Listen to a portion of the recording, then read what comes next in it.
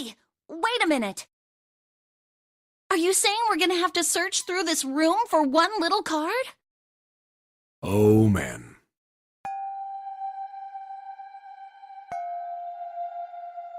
Looks that way. No way! For real? Well, we can sit down and wait to die, if that's what you prefer. I'd rather doubt that, however, so it would be wise to start looking. We haven't much time. Let's find that key card. Oh, and the Neptune key as well. We won't be able to get through the hallway without it. Я видел секретные карты. Я знаю, куда мы плывем, капитан. Я пришел попрощаться с тобой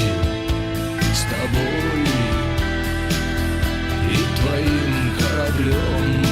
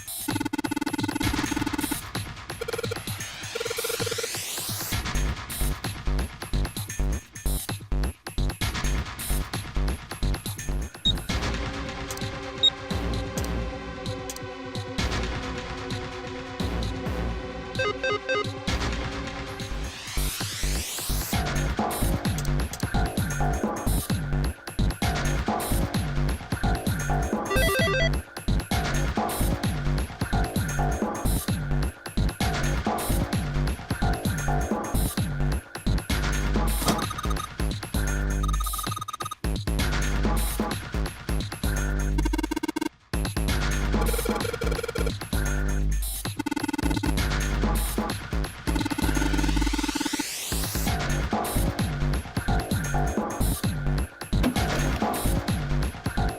picture? What the? What the hell is this? This man with a mustache on the right. He's the same guy we found murdered in the captain's quarters. He had the zero bracelet on his left arm. And this second man, with the glasses and a doctor's coat. He's the ninth man, the one with bracelet number 9. He died after he went into door 5. But this guy, the one in the striped suit? Oh man, that's Ace. Yeah, I guess it is. No doubt about it. But what does it mean? What is Ace doing in this picture? Not only Ace, the ninth man and Cap too. And they look happy, like they knew each other well. Why? How? How in the world are these 4 men connected? You say Ace is in that picture? Yeah, it doesn't look like it was taken recently though. Ace, the ninth man, and Cap all look about 10 years younger. Ah, so the ninth man and the man you found murdered in the captain's quarters are also in the picture? Yeah. Is there anyone else? Or are there only 3 people in the picture? I'm afraid I can't see it. No, there's one more guy. He's got kinda long hair, he looks smart but a little cold. He's the only one I don't recognize. What's the date of the photograph? It doesn't have one. Did you look on the back? The back?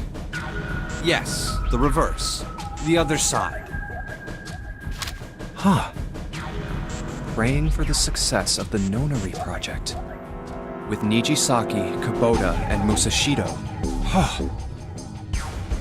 Then the 4 men in this picture were the organizers of the Nonary game 9 years ago. That means Ace, the ninth man, and Cap were all responsible for making it happen. But I feel like I should be more shocked about this. It's almost as if that's just how things were always supposed to be. Why? Why am I not surprised? Ace was the one in charge of the Nonary project. But why? Why am I so calm? It's like I already knew. Ah, of course. I understand now. Ace was the CEO of Cradle Pharmaceuticals. He was the one who invented the game 9 years ago. He was Gentaro Hongo. Ace is Hongo? I had my suspicions from the beginning. Their voices were similar. Too similar to be a coincidence. I could never forget his voice. It was the voice of the devil. I couldn't be sure, though. After all, I had no way to check. I certainly couldn't ask him. Even if I had known, however, I would never have told you. Zero made it quite clear what would have happened if I did. Oh my gosh, I had no idea. Huh? I didn't know that Ace was Hongo.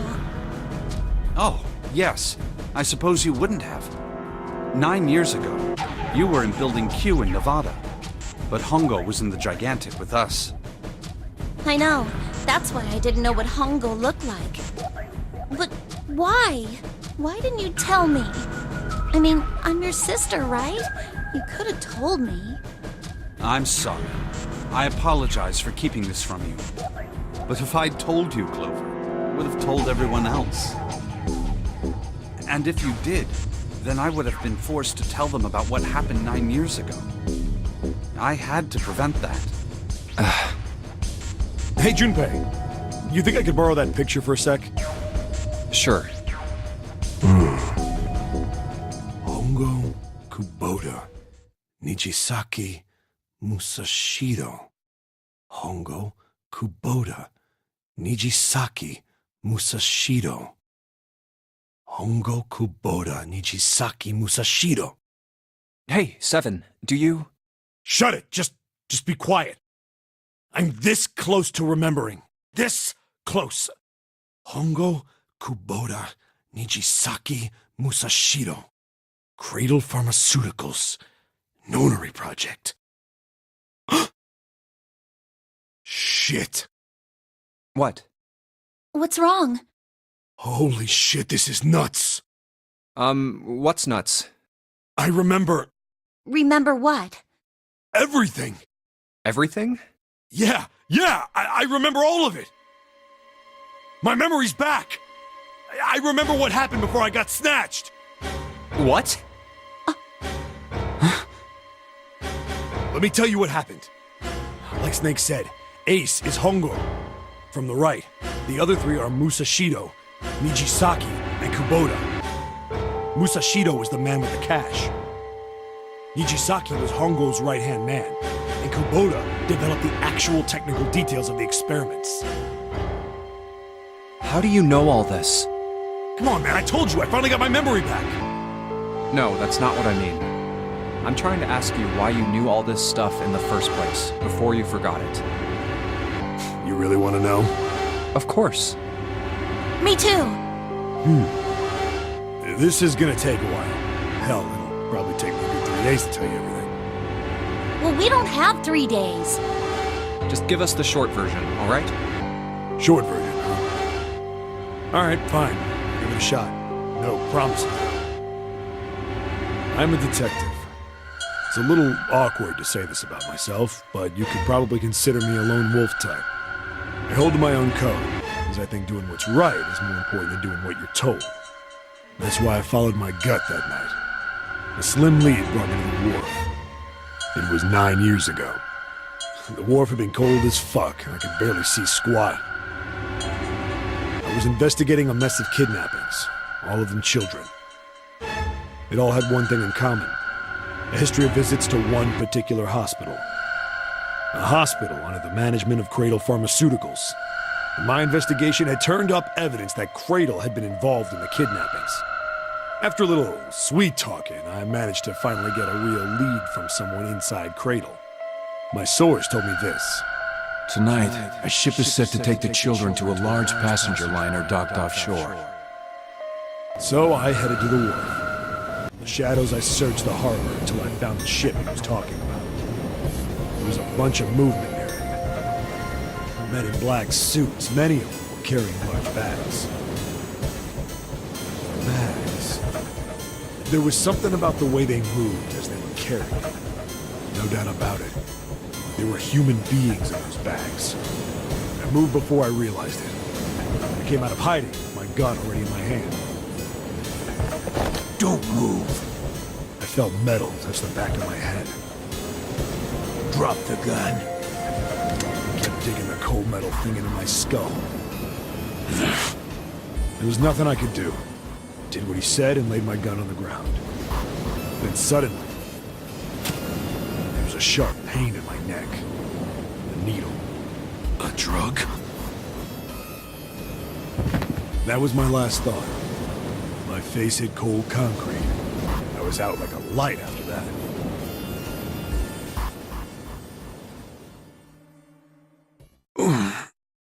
I woke up on a hard floor.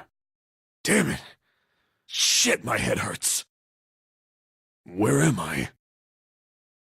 A small, shabby bed, a dirty sink, a toilet with no privacy. I'd seen it countless times as a cop. I'm in a cell, huh? Facing the toilet was a door set into the wall. I was still pretty woozy, but I made my way over to it. I pushed and pulled on it, but...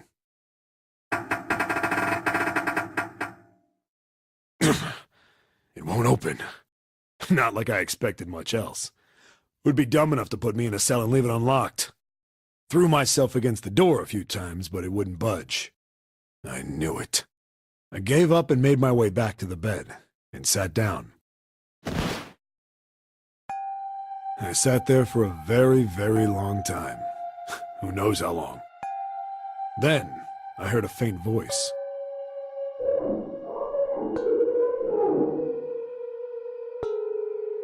The voice was far away.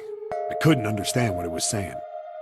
But I could hear one was pretty high, probably a little kid. Huh?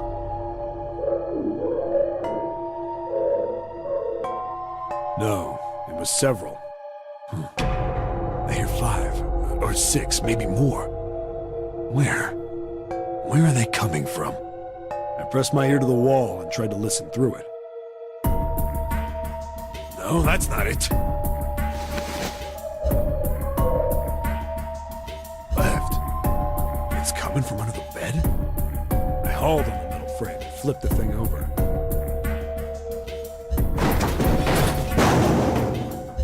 And there it was.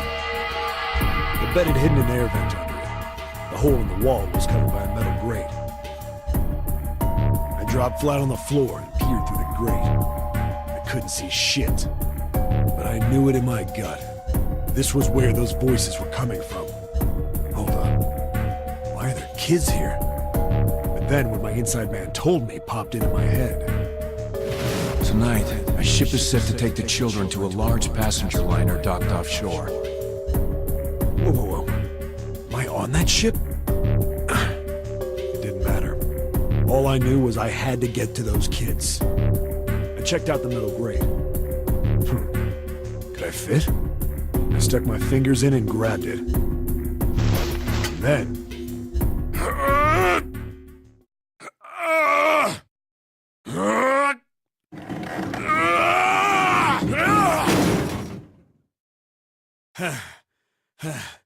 Yeah!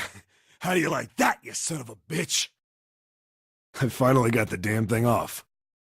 Sweat was dripping down my face, so I wiped it off and crawled inside. The first bit or so was tight. I had a wriggle on my belly. It wind up eventually, and there was space for me to crawl along on my hands and knees. I went from crawling like a worm in dirt to skittering like a bug. Couldn't say it was much better, but I'd take what I could get. And when I'd been in the thing long enough to start wondering where it'd take me, a massive sound nearly scared the piss out of me. It was like a heavy metal door had just been slammed shut. Then there was a voice.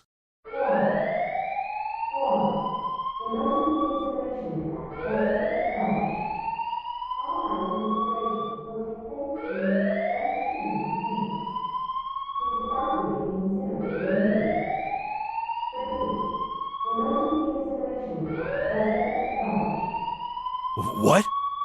I wasn't sure what it meant, but anything with incinerator is bad news. Then, almost as if that was a cue, I heard a mess of young-sounding voices. A bunch of them were straight up screaming in terror, and all the sounds together made a howl that made the hair on my neck stand straight up. Damn it! What the hell is going on here? I scrambled through the duct as fast as I could. I made a giant racket, but I didn't care at that point. I soon found a metal door on the left side of the duct. The kids were screaming on the other side. I found it. I yanked the handle and threw the door open. I almost ripped the metal off its hinges. What the hell is this place? I couldn't believe what I saw. The room had a dome up top, and there had to be about 9 walls, all the same size. The ceiling was an upside-down funnel, almost like a chimney. I looked down. There they were, the kids I'd been searching for. They all gawked up at me, suddenly silent, for the moment, from surprise and fear. Scared of the room or me, I couldn't tell. Probably both, actually. Not like I can blame them running into a mug like this when they're already scared shitless. I snorted at my own dig at myself and turned to the kids. Don't worry, kids, I'm not your enemy. I'm one of the good guys. All of them stood there, frozen. Well, except one. He was a boy, slightly older than the others, in a private school uniform. Who the hell are you? He stepped forward and glared at me suspiciously. I'm a detective. I'm here to rescue you. It looked like they relaxed some the second I got the words out. How are you gonna help us? Where's the exit? There isn't one. The doors we came in through won't open, and the door over there... He kind of cut himself off. I think he was considering something before he changed his mind. Anyway, there's no point. We can't all get out of here. If we don't get out of here, we're gonna be burned to death! Burned to death. Can't you hear it? That voice said the incinerator's gonna start up soon! So...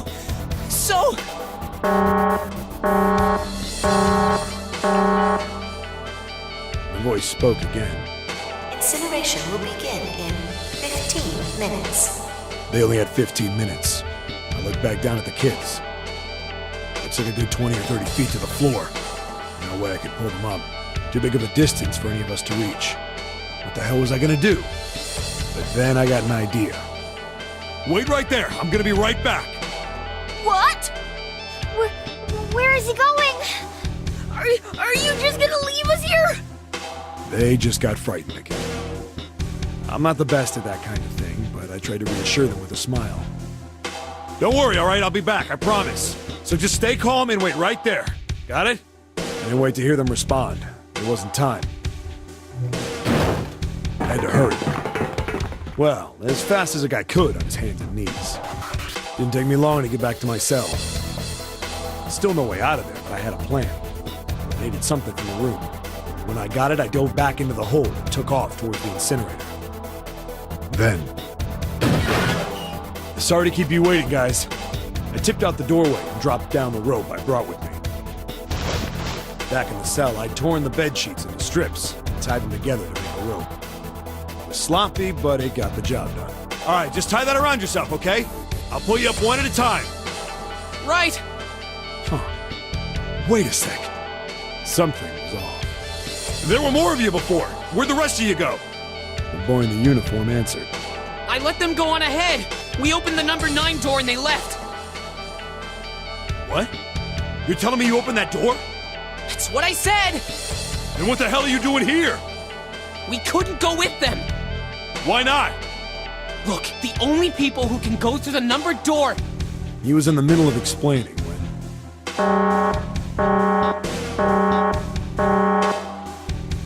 Incineration will begin in 5 minutes. The wall shook a bit from the voice bouncing around. Look, that can wait, alright? Just get us out of here! Right! I grabbed onto the rope. First one I pulled up was a girl with a ponytail. Next was a girl with a red necktie. A boy in a jacket came after her. He said he'd climb up on his own. The boy in the uniform was the last up. Like the other kid, he climbed up the rope himself. He looked pretty scrawny, but I guess he was stronger than he looked. He moved fast, but when he was almost to me, we heard some knocking. Everyone looked at the door. It had a thick, square window set into it. On the other side, an angry face was staring in. God damn it! What's going on here? Why is the room empty? Where the hell are those fucking kids?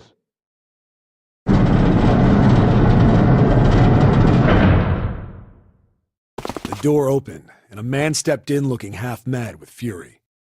I recognized his face. I saw him many times in photos during my investigation. The man's name was Gintaro Hongo, the CEO of Cradle Pharmaceuticals. Hongo saw the boy hanging from the rope.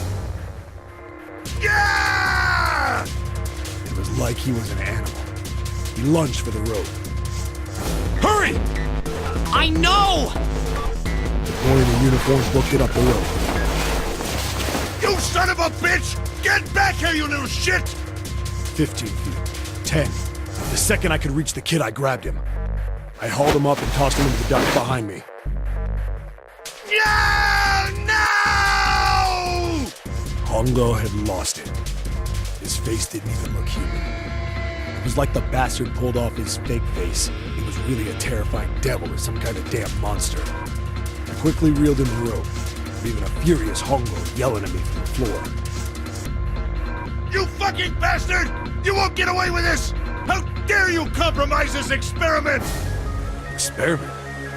What experiment?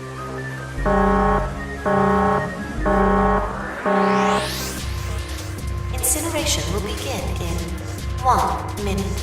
Hey! Old man! What the hell are you doing? Hurry up! The boy in the uniform was trying to get my attention. I may have thrown a salute in the raging asshole's face before I closed the door behind me. I went to going back to the cell, so we went down the other direction instead. After about 30 feet, we came across another duct on the left. This one was heading down. Everybody nodded and took turns sliding down it. The duct emptied us out into a narrow hallway. There was a door on either side. The one on the left was a normal double door. But the one on the right was familiar. It had black and yellow stripes, and a device next to it on the wall. The plate on it read, Incinerator. Incinerator? Yeah, that's where we were. It was the girl with the red tie who answered me. We were inside an incinerator? Yeah, Hongo might still be there. It looks like it's been shut off, though. Wait, what? If he's still in there... Yeah, that's not good. That meant we better. We gotta get out of here. Go to the other door, hurry! The kids started running, and I was close on their heels. On the other side of the door was a large spiral staircase. Run! Didn't need to tell them twice. Up and up and up. Feet pounding the steps, our arms pumping fast. Round, round, round, the devil's on our tail. The stairway kept going. We passed a couple of landings when the boy in the uniform suddenly spoke. Something's up. Akane's not catching up to us. Akane? The kid's sister. The girl with the red necktie.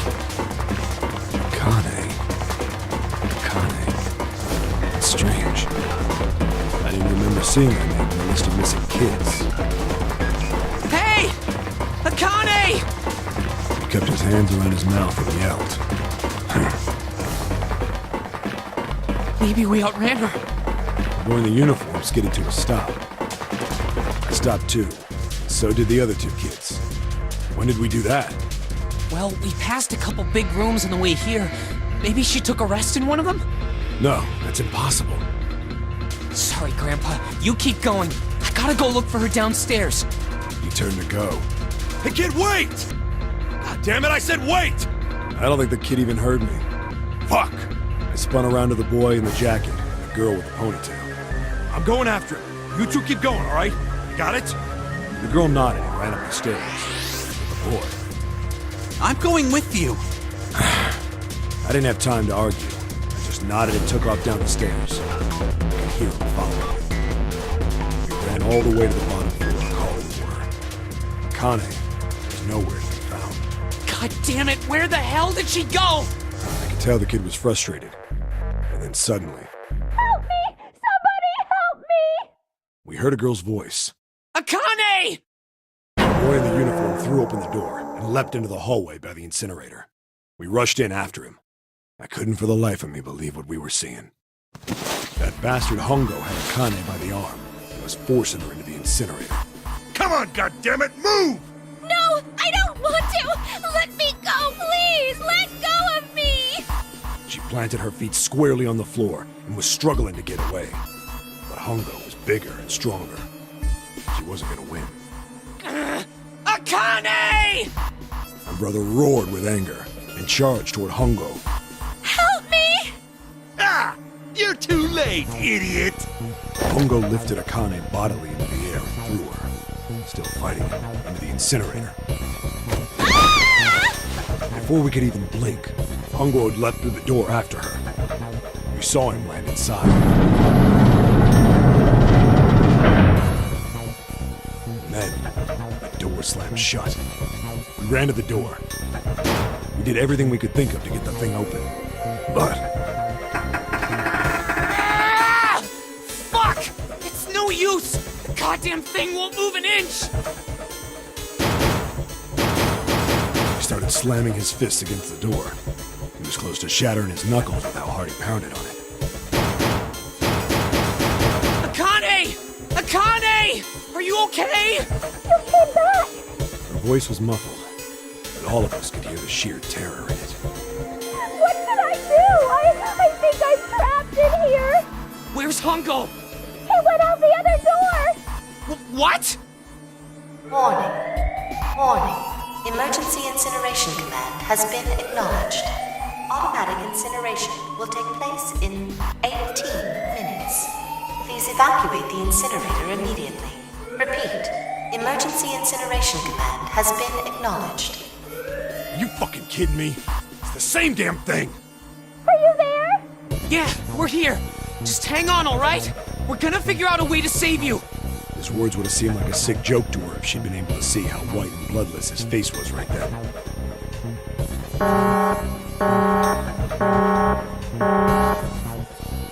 Incineration will begin in 17 minutes. I'm really scared. I don't want to die. It's gonna be all right. I'll figure something out. I promise. I promise, okay? You hear me? I promise. It was torture listening to her sobbing on the other side of the door. Her brother was nearly crying himself. He could only stand there, fists clenched so tight his knuckles were white.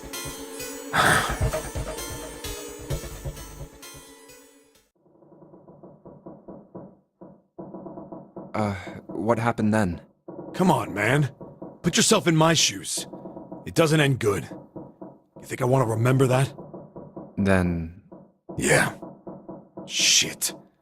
If I'd known it was gonna be like this, I almost wish I hadn't remembered. Hey, are you sure? Huh? Look, I don't want to ask this either, but there's something I don't get. So if you could just tell me, did that girl, Akane, really... Yeah, I'm sure. There wasn't anything we could do. After a while, the countdown ended. And we heard something... burning. The fire stopped, but we still didn't move. Me and the jacket kid were frozen. The boy in the uniform collapsed as if he couldn't hold himself up anymore. A few minutes passed. The door opened.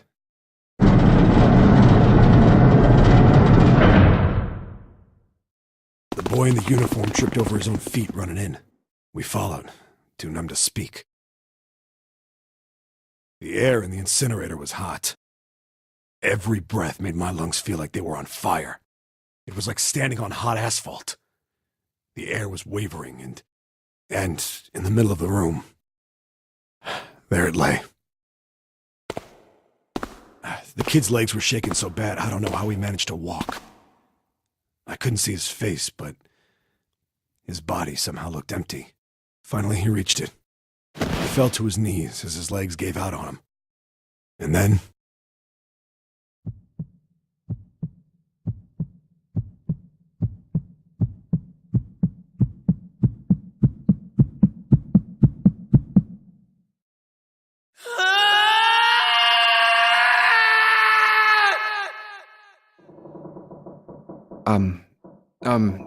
Can I ask you one more thing? What's that? The girl, Akane. What was her last name? What does it matter to you?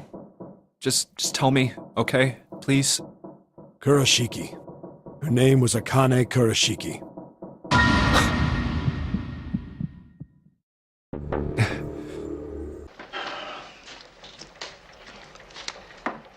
Похоже, я выбрал неудачную неделю, чтобы бросить пить амфетамины. You were there that day, weren't you? The tall kid in the jacket. That was you, wasn't it? Yes, it was. You are correct, Detective. Don't misunderstand me. I told you before how Zero threatened me. There was nothing I could do. I couldn't say anything about what happened 9 years ago. So you're saying you're not working for Zero, right? Of course not. Clover, what about you? Hey, come on! You really think I'm working with Zero? I told you before, you idiot! I was in Nevada, in Building Q. I did hear that a detective rescued the kids on the boat, but I didn't know it was you.